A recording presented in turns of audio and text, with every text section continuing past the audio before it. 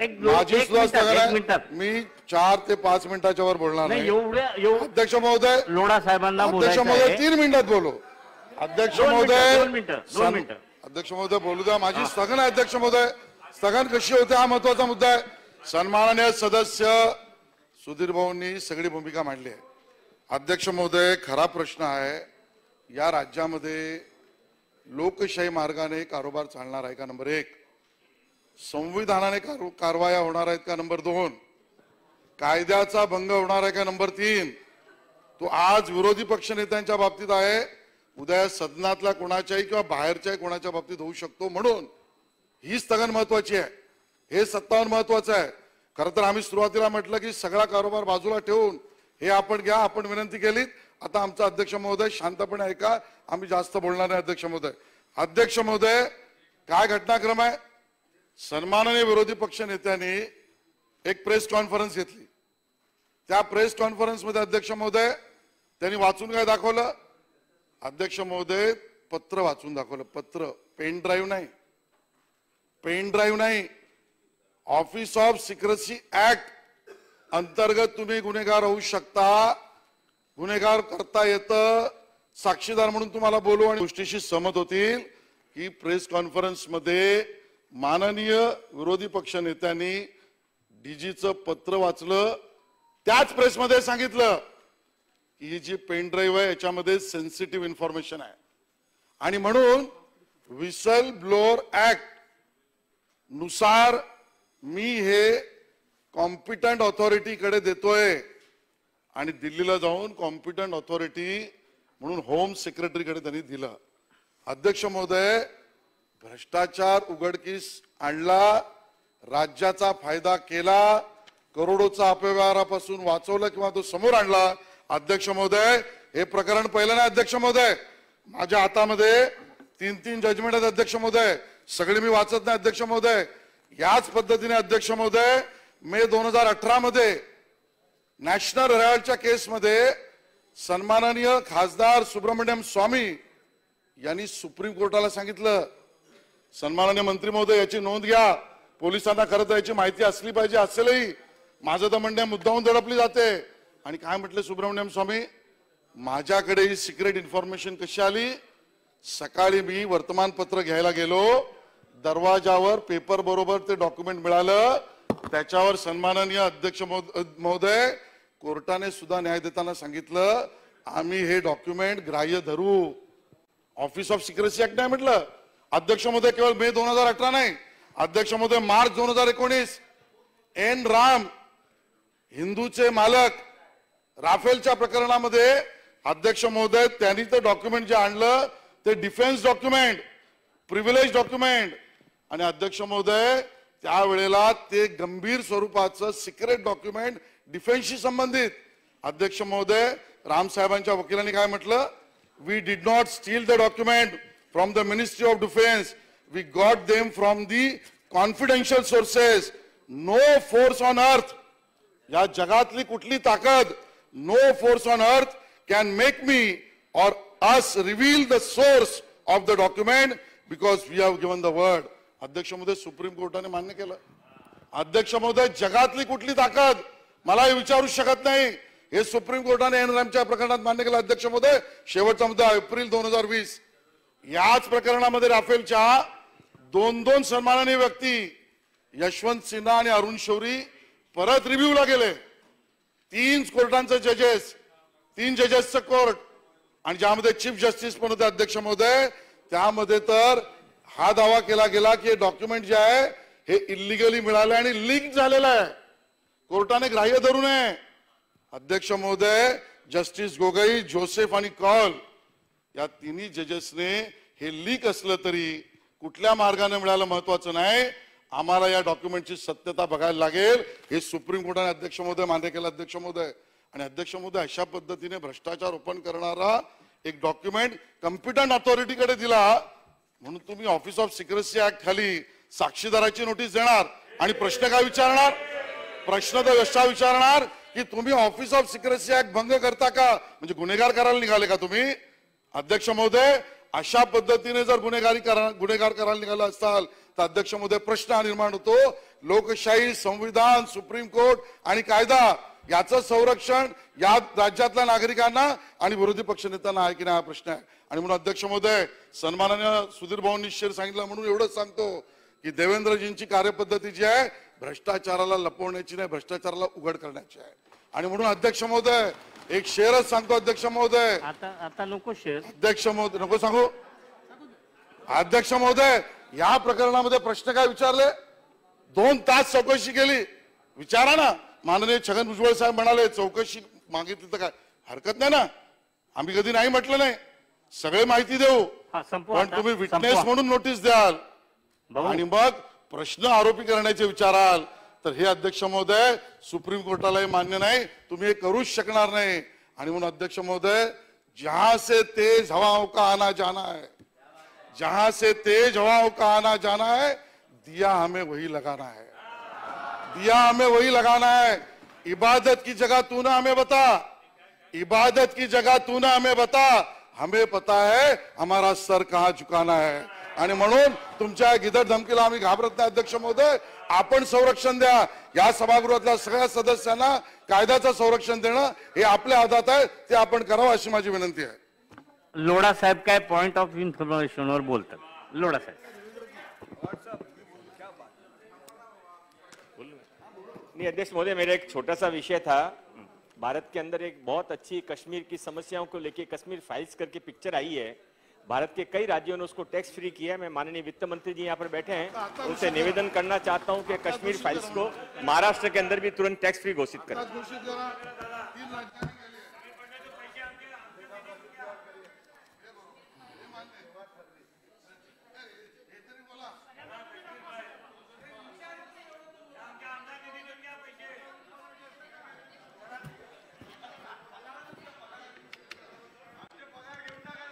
लक्षवेधी घ्यायची आता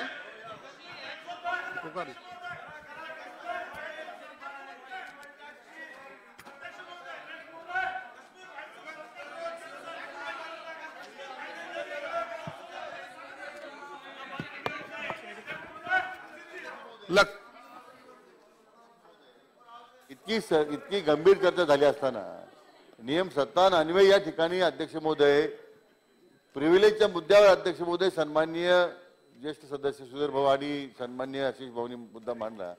अध्यक्ष निर्णय द्या ना. अध्यक्ष महोदय निर्णय करा ना. तर यापेक्षा गंभीर अध्यक्ष महोदय सदस्यांच्या हक्काचं जे हनन होतं अध्यक्ष महोदय या निमित्तानं काही प्रकरण माझ्याकडे सुद्धा आहे ना. पण प्रत्येक प्रकरण या ठिकाणी सभागृहात मांडायचं. ज्या पद्धतीने हा उन्माद जो अध्यक्ष महोदय दिसतोय सरकारमधून काम करताना काही लोकांचा, तर प्रत्येक या ठिकाणी प्रकरण जर मांडायला लागलो अध्यक्ष महोदय फार वेळ जाईल. परंतु सन्माननीय विरोधी पक्ष नेत्या संदर्भात हा जो मुद्दा उपस्थित झालेला आहे त्यांच्या हक्काचं संरक्षण आपण अध्यक्ष महोदय करणार का नाही? सदस्यांच्या हक्काचं संरक्षण करण्याची जबाबदारी आपली आहे की नाही अध्यक्ष महोदय? मला वाटतं आणि म्हणून या प्रकरणामध्ये याचं गांभीर्य लक्षात घेऊन जे मुद्दे उपस्थित केलेले अध्यक्ष महोदय या विषयावर तात्काळ चर्चा सुरू होणं गरजेचं आहे. आपण अध्यक्ष महोदय निर्णय करावी विनंती आहे. नाही, मला वाटतं सरकारने हे गांभीर्याने घेतलेले योग्य वेळी ते उत्तर देतील. चला लक्षवेधी क्रमांक 1. अध्यक्ष महोदय, लक्षवेधी क्रमांक 1 छापल्याप्रमाणे. अध्यक्ष महोदय,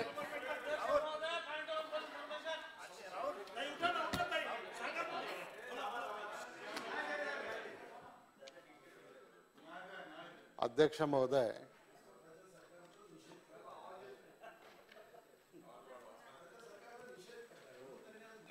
असं आहे की सुधीर भाऊ बोलल्यावर बाकीच्यांचा आवाज लहानच वाटणार. आज या सभागृहामध्ये माननीय सुधीर भाऊ आणि आशिषजी शेलार यांनी काही प्रश्न कालच्या त्या नोटिसीच्या संदर्भामध्ये मांडले. मी गेल्या 35 वर्षापेक्षा जास्त या सभागृहाचा सदस्य म्हणून निवडून आलेल्या जवळपास 37 वर्ष झाली आहेत. आणि मला विधानसभेचा अध्यक्ष म्हणून सुद्धा कामकाज करण्याची संधी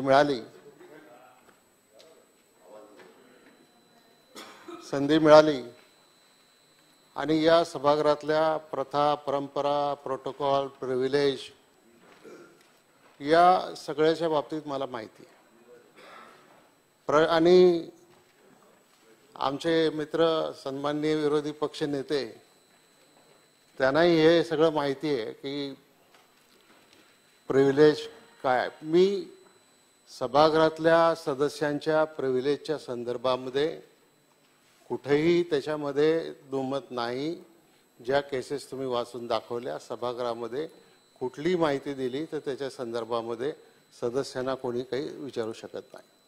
आता प्रश्न असा आहे फक्त की एक घटना अशी घडली की राज्याच्या पोलीस विभागामधून SID मधून काही फोन टॅपिंग चुकीच्या पद्धतीने केलं गेलं, परवानगी न घेता गेलं. आणि त्याच्यामधून मग ते फोन टॅपिंग झाल्याच्या नंतर त्याच्या संदर्भामध्ये ज्या वेळेला माननीय विरोधी पक्षनेत्यांनी हा प्रश्न सभागृहामध्ये मांडला, पण या विषयाच्या संदर्भामध्ये चौकशी करण्याच्या संदर्भामध्ये राज्य सरकारने आधीच एक कमिटी नेमलेली होती. कमिटीने म्हणजे विरोधी पक्षनेत्यांनी मांडायच्या आधी कमिटी नेमलेली होती आणि त्या कमिटीने अहवाल दिल्याच्या नंतर याच्या संदर्भातला एक गुन्हा दाखल झाला आणि तो गुन्हा अज्ञात व्यक्तीच्या विरोधामध्ये झाला.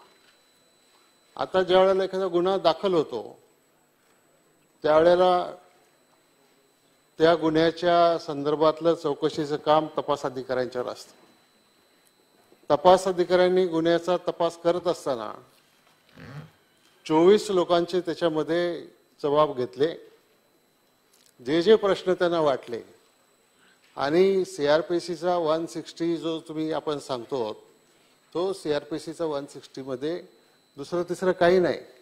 तपासी अधिकाऱ्यांना कुठलीही माहिती पाहिजे असली तर त्यांना बोलवायचा जो अधिकार दिलेला आहे तो अधिकार त्याच्यामध्ये आहे. आणि त्याच्या अंतर्गत आता मी त्याच्यात वाद घालू इच्छित नाही आणि काही वेगळं पण बोलू इच्छित नाही, परंतु आधी नोटीस दिली होती, मान्य विरोधी म्हणजे प्रश्नावली पाठवली होती. त्याच्यामध्ये विरोधी पक्ष नेत्यांना काही कारणामुळे त्याचं उत्तर नाही देता आलं आणि म्हणून परवा 1-2 दिवसापूर्वी त्यांना पोलिसांनी तपास अधिकाऱ्यांनी 160ची नोटीस पाठवली.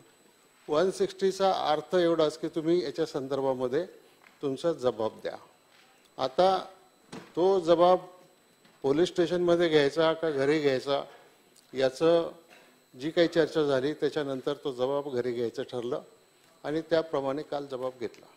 मी या सभागृहाला एवढंच सांगू इच्छितो की सन्माननीय प्रश्न काय विचारले, आता मी ते प्रश्नही पाहिले नाही आणि उत्तरही पाहिले नाही. तर याच्या संदर्भामध्ये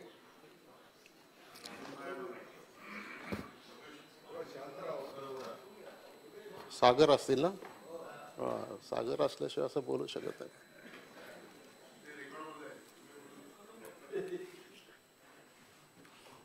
आणि म्हणून अध्यक्ष महोदय आता चौकशी काय चालू आहे की SID मधला हा डेटा बाहेर कुठे गेला.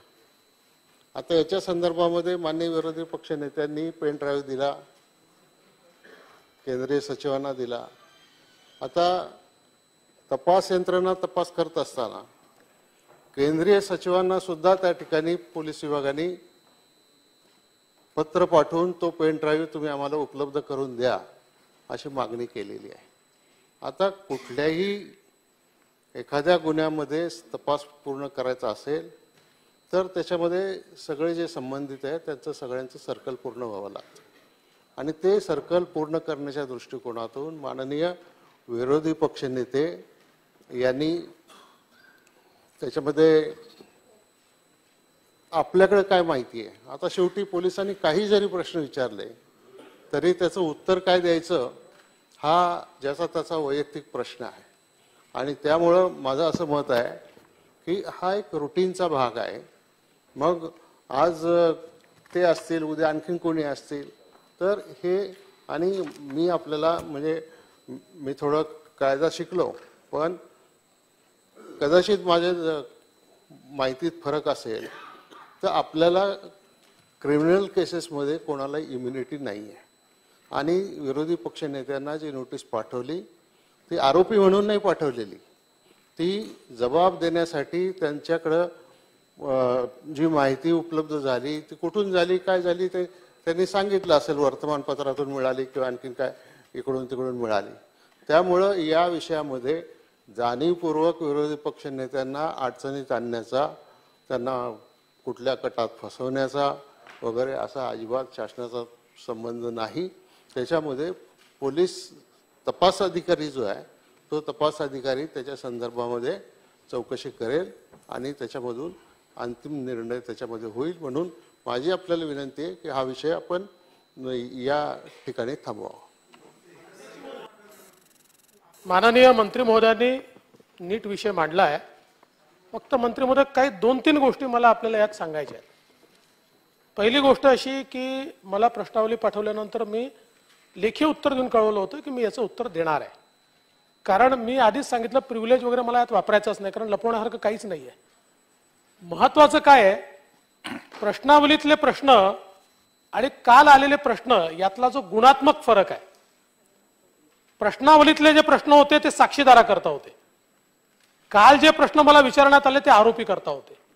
काय प्रश्न विचारला, तुम्ही ऑफिशियल सिक्रेट ऍक्टचा भंग केला आहे असं तुम्हाला वाटत नाही का, असं साक्षीदाराला विचारतात,